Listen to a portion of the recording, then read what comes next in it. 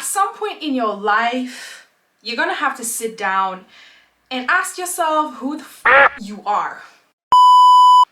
Hey guys, welcome. What is this? Hey guys, that was weird. Hey guys, welcome back to my channel. It's been a hot minute. I've been gone for a while, but I'm super happy to be back. I really missed you guys. Did you guys miss me? I really missed you. You know what I'm saying? Like, I really missed y'all.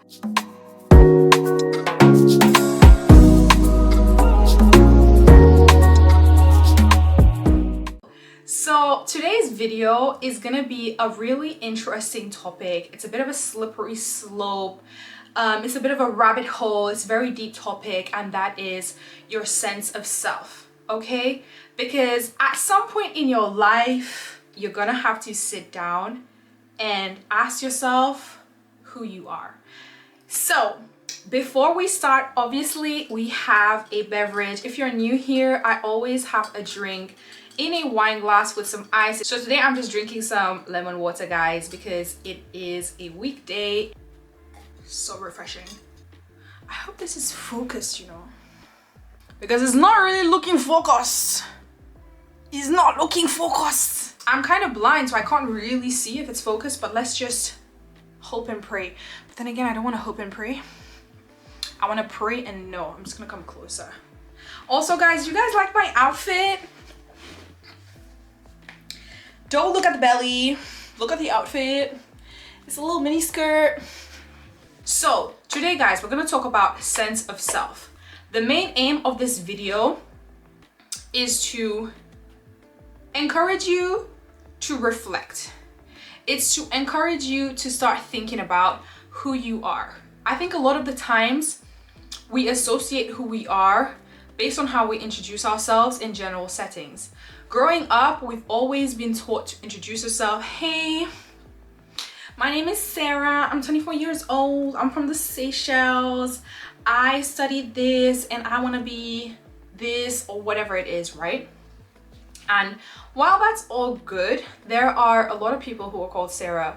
There are a lot of people who are 24, and there are a lot of people, well, not so many, but there are other people from the same country as you. So what is setting you apart? Today, we are going to talk a little bit about the factors that influence who you become. So we're talking childhood, we're talking social settings. I'm gonna give you guys a little bit of a background. I am not a psychotherapist. I did not study psychology or anything like that. This is purely information that I have read in books or I have come across online. And then most importantly, the star of the show, I'm gonna be giving, what the hell? I'm gonna be giving you guys a series of questions that you can ask yourself that will get you closer to who you are, and if anything, it will show you who you are. I am a strong believer that the quality of your life improves proportionally to the quality of questions that you ask yourself. So without further ado, let's get straight into it, guys. This definition of sense of self is from healthline.com, and it says here, your sense of self refers to your perception of the collection of characteristics that define you. So I think a key word here is perception.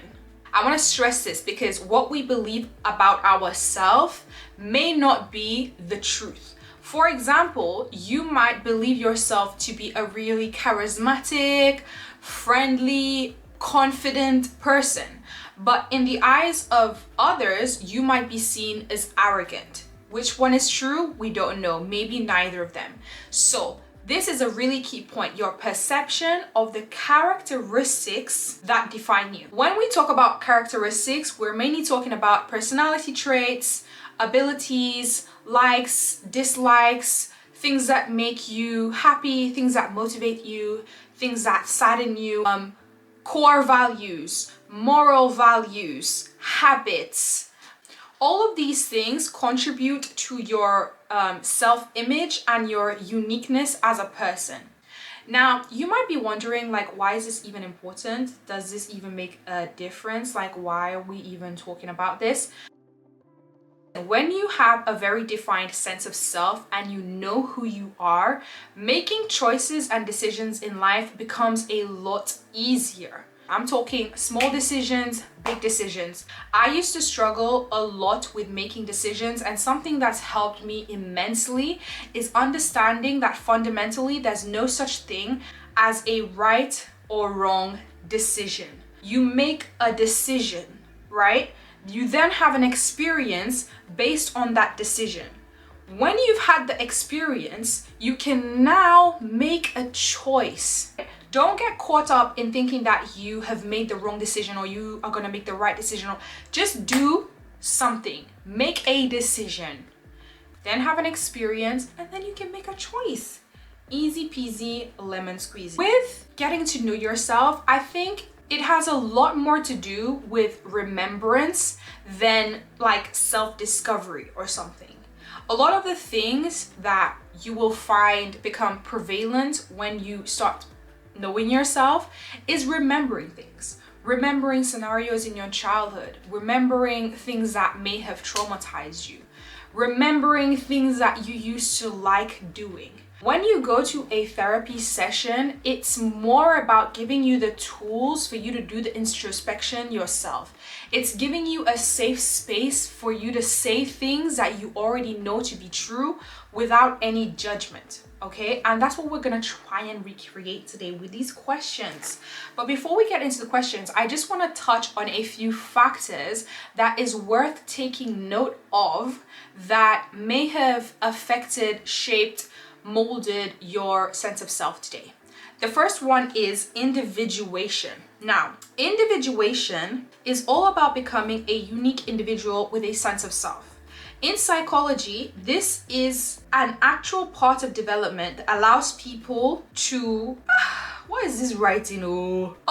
Which allows people to gain a stable identity, self-awareness, and purpose. In order for you to successfully individuate as a child, you need to be given space to explore. You need to be given space to express yourself, to ask questions, to be emotional, to just be, okay? If as a child, when you were yourself and you expressed yourself, if you were met with criticism, if you were met with punishment, you may tend to ignore your internal sense of self and reshape yourself into someone that is more easily acceptable. So it's worth thinking about that when we answer some questions. As a child, were you allowed to be yourself? Were you punished for it? Were any harsh remarks passed? The second factor is probably my favorite one. It is attachment style. It is the characteristic way people relate to others in the context of intimate relationships, which is heavily influenced by self-worth and interpersonal trust. Now, the relationship with your parents or primary caregivers play a crucial role in how you operate and understand other relationships later in life. Now, to my knowledge, don't quote me, there are 4 attachment styles. There's, at the top of the top, there's secure. This is where you want to be. People who are securely attached are very trusting, they are very loving, they're able to have distance with their partner in a healthy way, they manage conflict really well. They're securely attached, like they're good. They are not going through phones, they are not worrying about what you're doing, they're not those type of people. The second type is anxious attachment. People who are anxiously attached, they form a lot of anxiety in their relationships. They're always worrying about that their partner is going to cheat on them. They go through phones, they're calling their partner all the time. They're very needy. You then have avoidant attachment. People who are avoidant, they are the nonchalant guys. They don't really want to open up. They find it hard to be vulnerable. They tend to be very defensive people. They are very much like, I don't want you, but I want you kind of thing, but I don't know how to want you. Very hard to open up. They're doing their own thing, right? And then you have people who are disorganized, and disorganized attachment is a little bit of both. It's anxious and avoidant mixed together. Hey girl, it's me again. Yes, I am disorganized. I find it very hard to trust people. I am the type of person that will go through your phone. I get very anxious. I always think of the worst. I will self-sabotage. It's a whole mess. So the next factor is your desire to fit in. If you struggle to fit in with peers in your younger years, you may have found it easier to take on the role of a social chameleon. Instead of holding your sense of self, you begin shifting your identity to better fit in with multiple groups.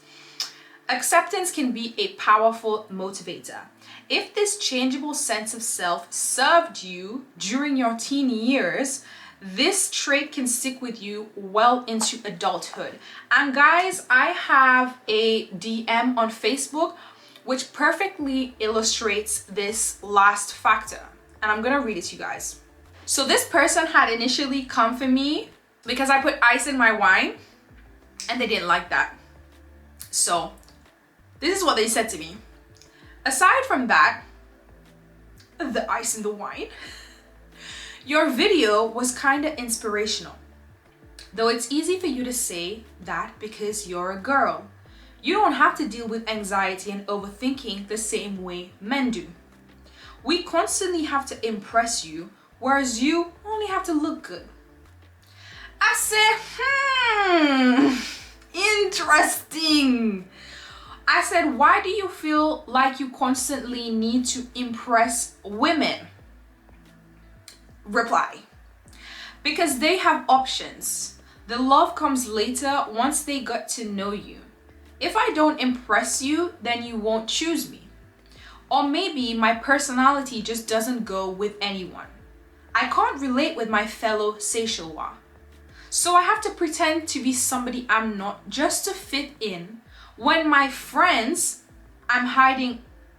just to fit in. When I'm with my friends, I'm hiding my true self. You know, I have to act like a gangster who is arrogant, and that gives me respect. If I start singing Bleed by Kid Laroi, what do you think they'll say? They'll call me gay and all sorts of nonsense. I feel like the more you fake it till you make it, the more you fit in and change yourselves just to be around friends, the more you're gonna be miserable, the more you're gonna be stuck in that same space. Listen to me when I tell you there are people out there who like you. There are people out there who will sing Bleed by King Laroi with you. They will vibe with you. They will accept you for who you are. But if you keep lowering your frequency by faking and pushing down your internal sense of self, you're never gonna find them. You're never gonna find your tribe. You need to just throw away these friends who think they're gangster and just chill by yourself. Just do your own thing. Raise your frequency and believe that there are people out there who are like-minded and who would love to hang out with you. You will find them eventually. And I think it's way better to hang out by yourself and do things that you like and listen to music that you like than to hang out with people who are doing things that you don't necessarily align with. Okay, so I actually have a personal story to share, which is not similar to that, but it's just how I handled the situation and how, what my frame of mind was then.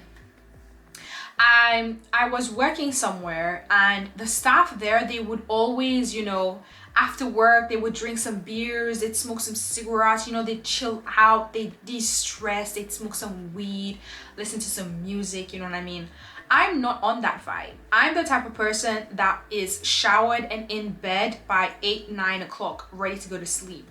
And they would always be like, come hang out, man. Why you always you're always stuck up, because I would tell them, if I am hanging out with them, I'll be like, can you go smoke somewhere else? Because your cigarette smoke is really affecting me and I don't want to be here if you're gonna do that, right? oh my gosh, you're so stuck up, like you always go to bed early and you never want to hang out with us.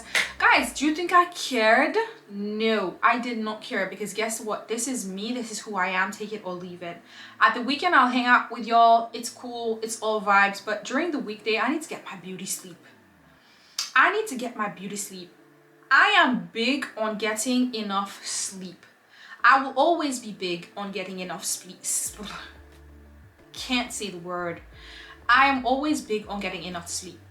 People who get like 5 hours of sleep, 4 hours of sleep, and they're surviving and they're thriving could never be me. I do not relate. So to the person who DM'd me, I really hope that you can either be honest with your friends and tell them, you know, this is what I like. I'm not this gangster that you think I am. Take it or leave it. And if they say whatever, chill by yourself. I'm telling you, it's way better than hanging out with people when you're hiding your true self. People who don't accept you. Go where you are accepted. You will find your people, I promise you. Now guys, I have a series of questions that I'm gonna read out loud, and I'll have captions on my videos so you can screenshot. I'll also put the questions in the description box so that you can easily copy and paste them into your phone and answer them in your own time, okay? Now, these are questions that are gonna show you who you are, and you need to be very honest. Even if you think that it's bad, even if you're judging yourself, just write it out, just say it out loud. That is the first step. I strongly believe that the first step is being aware of it. Self-awareness, first step. So these questions literally changed the course of my life, and I really hope that it can do the same for you. So without further ado, let's go through them. Number one, do I say yes to make others happy? People pleasers. If you are this person, you need to do a lot of inner work for you to get to a point where you're able to say no to people. There is an amazing book called Boundaries by Henry Townsend that I can't recommend enough to people. That really helped me develop some healthy boundaries with people. So I really recommend that you read that if you are struggling with this. Next question is, what are my strengths? And do I believe in my capabilities to use those strengths to achieve my goals? Next question is, what are my core values? Oh my G. What are my core values is such an important question. I feel like as an adult, if you don't have core values, you need to get to thinking. You need to get to writing. You need to research a little bit on what your core values are going to be. There are things that you believe to be true, and then there are things that you believe to be important. I feel like core values are things that you believe to be important. My personal core values are honesty, accountability, and compassion. That's just me. Those are my core values, and I have good reason as to why I have chosen them. I would love to know what your core values are, so if you want to drop them in the comments, I would love to see them. The next question is, do my choices reflect my own interests or someone else's? If you want to look at this from another angle, would you make the same choices if you were alone? Because a lot of time we be doing things that we think people want us to do. We're doing things that are expected of us from other people. But is it what we truly want to do? If no one else existed, would we truly do this? Would we truly go and study this at university? Would we truly do this as a career? Would we even want a career? Would we want kids? Would we want a family? Next question. What and who is worth suffering for? These questions are crazy. This question is, what would you stand for if you knew that nobody would judge you? What is something that you believe, but you feel like if you said it out loud, people will look at you type of way like, is that what you are on? Okay, girl. Next question. Based on your daily routines, where will you be in 5 years? Where will you be in 10 years? Where will you be in 20 years? This question was really pivotal for me because it helped me to implement things in my daily life that will get me to where I want to be, that will get me to my best self, my future self. 3 things that I do daily that I know in the long run is going to get me to where I want to be. I might make a video about this actually because this is a really good one. Next question is, whom do you admire the most and why? What do you not want anybody else to know about you? It's giving skeletons in the closet. Yes, it's giving secrets.